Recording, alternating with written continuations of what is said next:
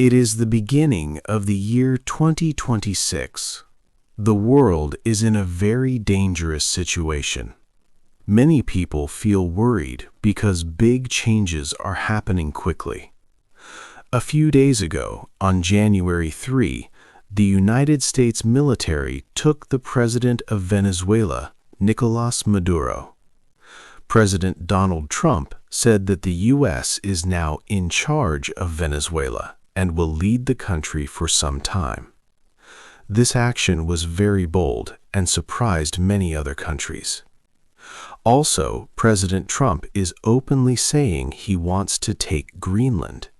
Greenland is a large island that belongs to Denmark. Denmark is a close friend and a strong ally of the United States. Both countries are part of NATO, which is a group of countries that promise to help each other if any member is attacked. These two important events are causing a huge problem for the world. NATO was created many years ago to keep peace and protect its members from outside enemies. But now, the biggest and most powerful member, the United States, is threatening another member, Denmark. Leaders in Europe are now facing a very difficult and scary question. What should we do when our most important friend and ally suddenly becomes our biggest threat?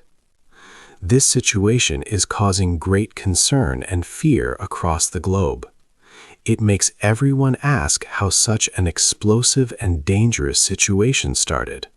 What events led to this point where the main alliance in the world could break apart? We need to understand what lit the fuse for this major global crisis. A big problem. The world faced a big change on January 3rd, 2026.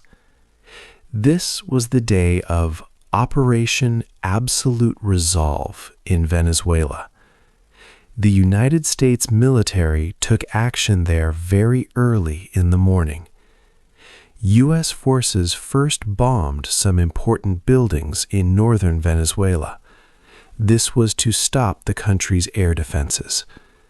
Then a special team attacked the home of Venezuela's president, Nicolás Maduro, in Caracas.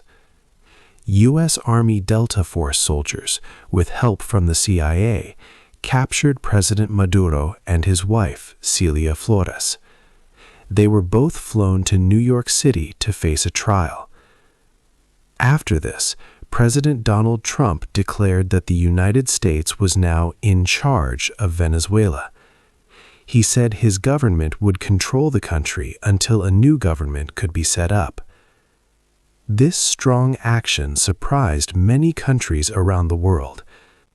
During the operation, some lives were lost, including civilians and military personnel.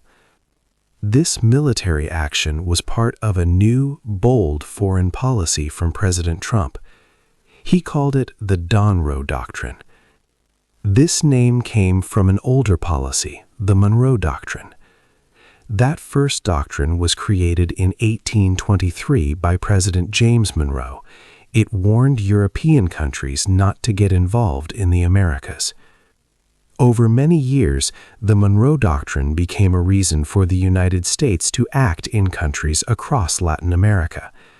But President Trump's new Monroe Doctrine was even stronger. It made it clear that the U.S. would be the most powerful nation in the Western Hemisphere. The new policy aimed to stop countries from outside the Americas from having military forces or controlling important resources in the region. President Trump stated that American dominance in this part of the world would never be questioned again. After Venezuela, President Trump's administration started looking at other countries like Cuba, Colombia, and Mexico under this new policy. This brought up a very important question: Greenland. Geographically, Greenland is part of North America. However, it belongs to Denmark, which is a country in Europe and a friend to the U.S. in NATO. So, did Greenland now fall under President Trump's aggressive new Monroe Doctrine? And why was this cold, far-off island suddenly so important to the United States? 3. A special place. Greenland is a very special place, and it is now at the center of a big problem. This large island is part of Denmark, but it is in North America. More than 2/3 of Greenland is in the Arctic Circle. This location makes it very important for safety. The United States has a military base there called Pituffik Space Base. This base helps the US and NATO watch for missiles and other things in space. It is a key part of protecting North America. Also, the world is getting warmer. The ice in the Arctic is melting. This is opening new sea routes for ships. These routes can make trade easier across the world. But it also means more countries want to use this area. Russia and China are very interested in the Arctic. Donald Trump and his advisors think this is a danger to American safety. Greenland also has a lot of valuable things hidden under its land. It has some of the world's largest amounts of rare earth elements. These are special minerals. They are very important for making modern technology. For example, they are used in cell phones, electric cars, wind power machines, and army equipment. Without these minerals, many new technologies cannot be built. Both China and Russia know about these minerals. China, for example, has shown interest in Greenland's resources. China is already very good at mining rare earth elements. This makes Greenland a very valuable place for the future. It is not just land, it is a key part of 21st century power and defense. Now that everyone understands how important Greenland is, a big question remains. How far will Donald Trump go to get this valuable island? What strong threats will he make against Denmark, a country that is a NATO friend? 4. Trump's big plan. President Donald Trump had shown interest in Greenland before, starting in 2019. But now, in early 2026, his plans for the island became much more serious. The Trump administration began making strong threats. President Trump told reporters that he wanted to make a deal, quote, "the easy way," unquote. However, he also warned, if we don't do it the easy way, we're going to do it the hard way. This made it clear that military force was a possible choice. A White House spokesperson said that using the United States military was always an option for the president as commander-in-chief. The government looked at many ways to get control of Greenland. They thought about buying the island from Denmark. They also considered giving large amounts of money to the people of Greenland to make them want to join the United States. Another idea was a special agreement like those with some Pacific Island nations. In the end, a direct military takeover was also on the table. People close to the Trump administration also sent strong messages. Katie Miller, whose husband, Stephen Miller, is a close advisor to President Trump, posted something on social media. She shared a picture of a map of Greenland with an American flag covering it.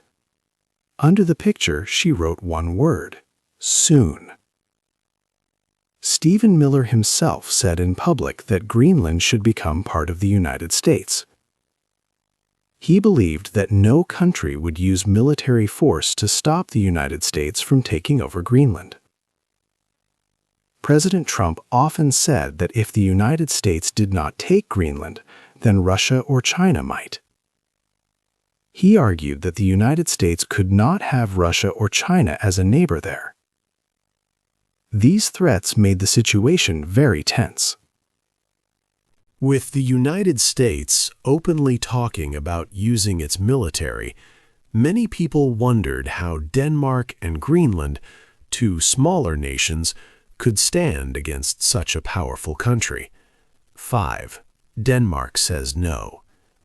Greenland's leaders said no to the United States. They made their message very clear. The island's government announced that they could not accept a U.S. takeover under any circumstances. They reminded everyone that Greenland is part of Denmark and a NATO member. This means Greenland's defense must be handled through NATO. Danish Prime Minister Mette Frederiksen also gave strong warnings. She said that if the United States attacked another NATO country, it would mean the end of the alliance. She stressed that such an action would also stop all post-World War II security arrangements. Prime Minister Frederiksen called this a decisive moment. She stated that Denmark was ready to defend its values in the Arctic. Denmark believes in international law and people's right to decide their own future. All 5 of Greenland's political parties stood together. They issued a shared statement asking the U.S. to stop its pressure on their country. Their message was simple: we do not want to be Americans, we do not want to be Danes, we want to be Greenlanders. Most people in Greenland support this view. A poll from early 2025 showed that 85% of Greenlanders are against a U.S. takeover. If given a choice between Danish or American citizenship, 55% would pick Danish, and only 8% would choose American. While most Greenlanders want to be independent from Denmark one day, they do not want to be under U.S. control. Denmark is also taking practical steps. The country announced it would spend almost $2.3 billion more on its Arctic defense capabilities. This money will be used for 3 new Arctic naval ships, 2 long-range surveillance drones, and improved satellite systems. Denmark has already reached NATO's goal of spending 2% of its total money on defense in 2024. By 2025, it plans to spend even more, reaching 3.22%. Denmark is a small nation, but has been a very loyal NATO ally, fighting alongside the U.S. in many missions. Denmark and Greenland have drawn a clear line. They will not accept the United States' demands, but they are small nations, facing a world superpower. The crucial question now is what their European allies will do. Will these allies truly support Denmark and Greenland with more than just words? Or will they be left alone to face President Donald Trump's threats? Europe now faces a very important decision. Europe is worried. Europe looked on with great worry. Many countries in Europe showed public support for Denmark. On January 6th, big countries like France, Germany, Italy, Poland, Spain, and the United Kingdom made a joint statement. They said that Greenland belongs to its people. They also stressed that only Denmark and Greenland can decide its future. These nations believed in the rules of the United Nations. They clearly stated that borders must be safe and not changed by force, and that Arctic security needed to be shared by all NATO members. Leaders from Sweden and Germany also spoke out. Sweden's Prime Minister Ulf Kristersson condemned the United States' threatening rhetoric. He said that Sweden, the Nordic countries, the Baltic states, and several major European countries stood together with their Danish friends. Germany's Foreign Minister Johan Wadepool stated clearly that since Denmark belongs to NATO, Greenland would be defended by NATO. He also said Germany was ready to help more with Arctic security. This showed a strong, united front to the world. But behind these strong public words, there was much fear and doubt among European nations. Europe was not fully united. For example, the European Commission, a big political body in Europe, did not give a clear opinion. This showed how difficult it was for Europe to agree on how to act when a strong ally, the United States, threatened another NATO country. Many officials felt a deep uncertainty. European leaders faced a very difficult choice. They depend a lot on the United States for their safety and military strength. This dependency is especially strong now because of the ongoing war in Ukraine, where American help is vital. If they acted too strongly against President Donald Trump and his threats, the United States might abandon them. This would leave Europe vulnerable. But if they did nothing, NATO would lose all its meaning. It would show that NATO's promise to protect its members was not real and could expose all members to future threats. Some European officials started to discuss previously unthinkable measures in private. They thought about serious actions, like refusing to give American ships fuel in European ports. They considered not treating injured American military personnel in European hospitals. They even talked about asking for very high payments for American troops to stay in Europe, or proposing to close certain military bases. However, for these big plans to work, all of Europe would need unprecedented unity and strong will. This crisis put NATO's core ideas in great danger. It challenged the very foundation of the Western Alliance. What does NATO's founding treaty, called Article 5, actually say when there is a conflict between two of its own members? Is there any way to stop this important alliance from breaking apart from the inside? 7. NATO in crisis. The Donroe Doctrine changed how the world saw American power. It showed that the United States, led by President Donald Trump, wanted strong control in its region. This new way of thinking created a huge problem for NATO, an alliance built on trust and shared defense. NATO has a very important rule called Article 5. This rule says that if one member country is attacked, all other member countries must help defend it. It means an armed attack against one or more of them shall be considered an attack against them all.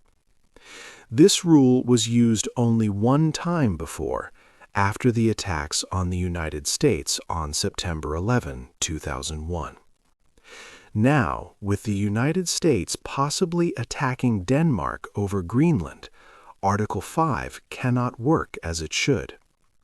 For NATO to take action, all member countries must agree. If the United States, led by President Donald Trump, were to use military force against Denmark, it would not agree to any collective action against itself. This means NATO cannot vote to go to war against its own most powerful member. The alliance was simply not made for a fight between two of its members, especially when one is the world's leading military power. The treaty assumes that our home front is in order. NATO's leader, Secretary General Mark Rutte, is in a very difficult spot. He must try to keep the 32 member countries united. He conspicuously avoids direct comment on the Greenland situation. He cannot openly criticize President Trump because one of his main tasks is to ensure the United States remains committed to NATO. Instead, he talks about shared problems, like security in the Arctic and possible threats from Russia and China, hoping to redirect attention. But his silence makes other smaller NATO countries worried. They fear that if the United States can threaten a member like Denmark without real consequences, then NATO's promise to defend all members might not be true for them either. This precedent fundamentally weakens the idea of mutual defense. Military experts have a clear view. They believe that if the United States decided to take Greenland by force, other European countries would likely not fight back. They ask, what European military commander is going to open force on a U.S. troop transport coming into Greenland? No European general would want to start a war within NATO. Such an act by the United States would likely be unopposed in military terms. However, these experts also say that this move would definitely mean the end of NATO. The alliance would lose its purpose and trust. The idea that all members would defend each other would be broken, making the alliance's mutual defense promise look conditional and political. This situation challenges the very core of NATO. If the alliance's main principle is broken, its future is unclear. The world order, built after the Second World War, now faces a major breaking point. What final talks can still happen to fix this, if any? And what would a world look like without a strong, united Western alliance? What happens next? Now, in early 2026, many intense talks are happening to stop the situation from getting worse. Secretary of State Marco Rubio is meeting with officials from Denmark and Greenland. European nations are also working together to find a way forward. However, Mr. Rubio has not said that the U.S. will stop thinking about military options.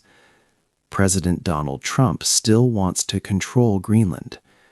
But leaders in Greenland have made it clear their land is not for sale, and they will not give up their independence easily. There are even ideas for Europe to take more responsibility for Arctic security, perhaps by sending European troops or ships to Greenland. This crisis gives a big advantage to some countries. Russia sees this as a strategic gift. A weaker NATO, or one that breaks apart, would help Russia in places like Ukraine and Eastern Europe. China's situation is more complex. Some believe President Trump's focus on the Western Hemisphere takes U.S. attention away from Asia, which could help China. Others worry that the U.S. might use force against China in other parts of the world, just as it did in Venezuela. Many believe this crisis could mean the end of the world's international rules. After World War II, countries agreed on rules for peace and sovereignty.